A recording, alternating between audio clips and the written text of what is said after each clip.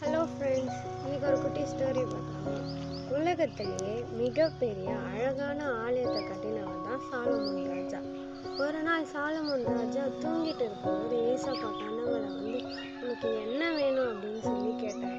உடனே சாலமோன் ராஜா என்ன சொன்னார்னா, எனக்கு நீங்கள் கொடுத்த இந்த திரளான ஜனத்துக்கு நியாயம் விசாரிக்க எனக்கு ஞானத்தை தாங்க அப்படின்னு சொல்லி கேட்டார். உடனே ஏசப்பா என்ன சொன்னாங்க, உனக்கு நீ பொண்ணோ வெள்ளியோ கேட்கல, நீ ஞானத்தை தான் கேட்ட. அதனால உனக்கு ஞானமும் உணர்வுள்ள ஆவியும் அவர் கேட்காத திரளான ஐஸ்வர்யத்தையும் ஏசப்பா கொடுத்தாரு. ஃப்ரெண்ட்ஸ், இதுலேருந்து நம்ம என்ன தெரிஞ்சுக்கிறோன்னா, கர்த்தரிடத்துல நம்ம என்ன கேட்டாலும் அது நம்மளுக்கு கிடைக்கும். ஞானமாக இருந்தாலும் சரி, என்னவாக இருந்தாலும் நம்ம கேட்குறது கிடைக்கும். சரி, இதுக்காக நம்ம பைபிள்லேருந்து ஒரு வசனம் பார்க்கலாமா?